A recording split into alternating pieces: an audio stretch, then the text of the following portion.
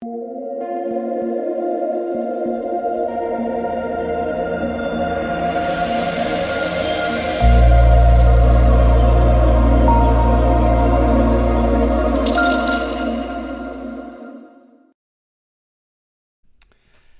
what is going on, guys? It's DK. Back at you with another video here to break down the 3-game early NBA slate on Monday. Before I get into the video, if you guys are new to the channel, my name is DK. I make daily videos and live stream for NBA and NFL slates on Draftkings. If you guys cannot watch these YouTube videos, I do upload an Apple Podcast. I have a link down below. If you guys are interested in signing up for premium content, I now offer that on patreon.com. A couple different packages. If you guys sign up for the NBA package, you get the rest of NFL for free. And then I also want to thank Prize Picks for sponsoring the show. Again, if you guys are not familiar with Prize Picks, it's a site where you're basically wagering on fantasy projections, right? So do you like, for tonight, Domantas Sabonis at 45 fantasy points? Do you like the under? Do you like the over? That's basically the idea. They also have like first half, they have second half, and they have like the whole game. They have NFL, esports, PGA, all that good stuff. So if you guys are interested in signing up, you can use the code DKDFS. It's DKDFS, all one word. Link down below. You get a 100% match up to $100. Basically, put $100 in, you get $200 to play with. And finally, again, I just want to thank you guys for the continued support. We are closing in, getting closer and closer to the 8,000 subscriber mark on YouTube. If you guys do enjoy this content, if you could leave a like button on the video, subscribe to the channel if you haven't already, and hit the notification bell so you don't upload videos you don't like live. That would be greatly appreciated. We'll not be doing a live stream for the early slate, but will be for the main slate tomorrow. But yeah, with that all out of the way, let's jump in the video. So we'll go over my lineup from tonight in the main slate video after this, if you guys are interested to see what I played for tonight. But let's talk about this 3-game slate. So first, let's take a look at the Vegas odds here. We have the Magic Knicks is not on the main slate. That's an 11 o'clock Central game if you guys want to play that showdown one. But yeah, it's 3-game early slate. Timberwolves Hawks is a 227.5 over under. The Hawks are 8-point favorites. Spurs Blazers are 224 over under. Spurs are 1-point favorites. And Suns Grizzlies is not on the main slate. I guess I only have 2 up right now for the Vegas odds. But, all right, let's talk about Minnesota, Atlanta first. So Minnesota, no Karl-Anthony Towns, no Rubio, no Hernan Gomez. So they're pretty thin, and this is a good matchup. So I like D'Lo. I like Malik Beasley a good amount. Without these guys have been putting up some decent fantasy points with Karl-Anthony Towns in. With Karl-Anthony Towns out, the offense is going to be these 2 guards. Now, sure, we're not getting D'Lo at like an amazing discount, but he's still certainly in play here at this price. He has 50-plus fantasy point upside when he's getting it going. So I do like D'Lo a good amount in GPPs, and I do like Malik Beasley. I know the price is up on him, but again, with no Karl-Anthony Towns and a good matchup, I have interest in both these guards here from Minnesota. And then value-wise, we'll have to see what they do with the starting lineup, right? I have a feeling they're going to do like a combination at center with a 3-way split, a 3-headed monster of Ed Davis, Vanderbilt, and Naz Reid. I think all those guys are fine. Naz Reid probably has the most upside if he can stay out of foul trouble. But does one really stand out? Not really. Again, it'll be interesting to see. Maybe they start Vanderbilt at the 4. Like if they do, if he starts at the 4 for Hernan Gomez, I would have a lot more interest in him. So got to see what they do with the starting lineup. But all those value centers are in play. And then, Anthony Edwards is probably a little bit more viable now at 4-6. I think minutes would have to go up for him. And you have guys like Culver and Okogie down here for value that are certainly viable. Okogie more out there for his defense, but should get, mid-20s minutes.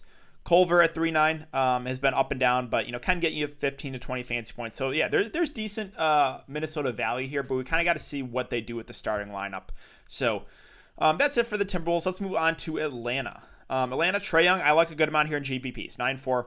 Played him last slate, was low owned, 1 for 50 fantasy points. Shot the ball 23 times and did not shoot well, only 7 of 23. 1 of 9 from 3. So if you made a couple more three-pointers, you could definitely go to hit, 60 fantasy points. I like the upside a lot here in a fantastic matchup here against Minnesota. You can definitely game stack this one too if you want to go like D'Lo or Beasley, run it back with Trae Young. I really like the upside there in Trae Young. Capella priced up, but still viable. He just went for 54 fantasy points the last game. That's Portland. This is, going up. No cat. He should be able to feast against like Ed Davis, Naz Reid, and Vanderbilt. So even at this elevated price point, I think Capella's viable. Collins is just kind of taking a back seat to Capella. like 20-ish fantasy points last 4 games.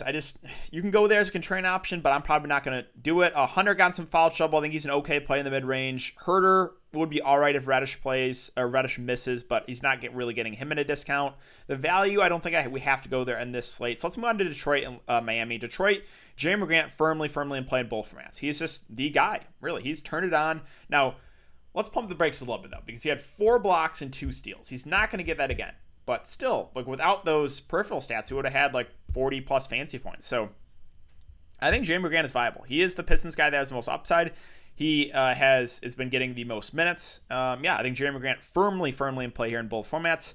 Don't love Blake, even though he had a decent game last game. D Rose, the minutes are down on him. DeLon Wright with D Rose back, not going to play a ton. And then the rest of the guys, there's just too many guys playing and not enough guys are playing significant minutes, so I'm probably not going to any of these guys. If I was going to play one, I think I would take a shot on Josh Jackson here at 4-3. Did not shoot the ball well, only a 3 of 12. Also fouled out, so he's probably the value Piston I would take a shot on, but I don't really love any of them. Let's move on to Miami. So Miami, we've got to rate the status of Tyler Hero. If Tyler Hero's out, it's Bam Adebayo and Goran Dragic for me. Bam at 8-8, sure, priced up, but again, offensive run through him. Great matchup, going for 50 in the spot couple games ago. So do like Bam at the top. Dragic, if Hero's out, I would like a lot. He had his floor game last game with no Hero. Only 30 fantasy points. That was his floor, in my opinion. He played 31 minutes. So if Hero's out again, I really like Dragic here in the mid-range. If Hero plays, then Hero and Dragic are both solid plays, but I don't know if one would be a priority. Duncan, you're getting into out of him. Minutes will be there, but very light in scoring. A little bit pricey for him. Gabe Vincent started at point guard, also fouled out in 16 minutes. If he starts again, you could look to him. They also gave Kendrick Nunn some run, but he was not great. So, you could take a shot at one of those value guards for the Heat. Don't love it. Iguodala's at 3-6, probably gets about 20 minutes, but, floor is pretty low with him. KZ Okpala's last guy I mentioned, he did start. He played 27 minutes. So, if he starts again at basically the flat min price, I would have some interest in him. I would. So, we got to keep an eye on that, but if he does start, I think he would be a viable value play. All right, let's finish up with San Antonio and Portland. So San Antonio, not a team I like seeing on the slate because everyone's so inconsistent. DeRozan, as far as looking at everyone on the team, he has been their most consistent player, but the rest of the guys are very up and down. Even DeRozan has somewhat low floor, he's put up 20, 34, 34. But yeah, he would be the guy that if I had to pick one, I think I would be the most confident in DeRozan. Minutes have been solid for him, 36, 44, 35, 37. It's a good matchup too. I love targeting players against the Portland team. So DeRozan probably would be the guy for the Spurs. You have LaMarcus Aldridge in the revenge game narrative. He only played 17 minutes that last game. That's obviously worrisome. They ran with Pirtle. I don't think they'll do that again. So you could look to Aldridge. I think that will lower the ownership in him and GPPs. Again, revenge game narrative. DeJounte Murray, Keldon Johnson, viable. But again, they're priced up and they're very up and down. Same kind of thing with Lonnie Walker, Patty Mills. I just never have a good feeling about these guys. Again, Pirtle did play way more that last game. I don't expect that again. He just was playing really well. I just think Pop left him in. And that's kind of it for the Spurs. So for me, it's DeRozan I feel the best about. You can take a shot at Aldridge for GPPs because you got benched that last game.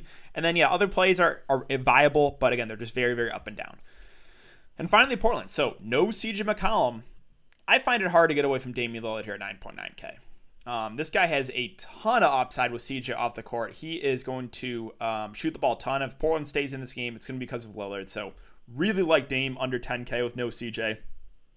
Also, Enes Kanter. Even though he's priced up, I like him a good amount. He was low owned last slate. He was 25% owned. 50 fancy points. Now, sure, right, 2 steals, 5 blocks. We probably won't get that again, but I still think Kanter is a good play here. He's a good fantasy point per minute guy, and if we're going to get about 30 minutes from him, I like him at this price. Again, no CJ too. That's a little more usage to go around. The wings are a little bit more viable here with no CJ. So guys like Covington, Melo, Gary Trent Jr., I think they're okay value plays. Melo played 29 minutes. Gary Trent Jr. played 27 minutes. Covington played 28 minutes the last game. So these guys are all a little bit more viable with no CJ. Simons, Rodney Hood probably play a little bit more, but I don't know if we have to go there. I was a little bit surprised Harry Giles only played 11 minutes. I thought he would get Kanter's minutes would be 15 to 20, but he only played 11, which makes him just a GPP play at that price. And yeah, that's kind of it for Portland, and I think that's going to do it for the video today, guys. So if you haven't enjoyed the content so far, I would really appreciate it if you hit the like button on the video, subscribe to the channel if you haven't already, and hit the notification bell so you don't upload videos you don't live. But thanks again, guys. Hope you guys have a great day. Again, I'll have a video up for the main slate right after this, so be on the lookout for that. Thanks again, and I'll see you guys all later.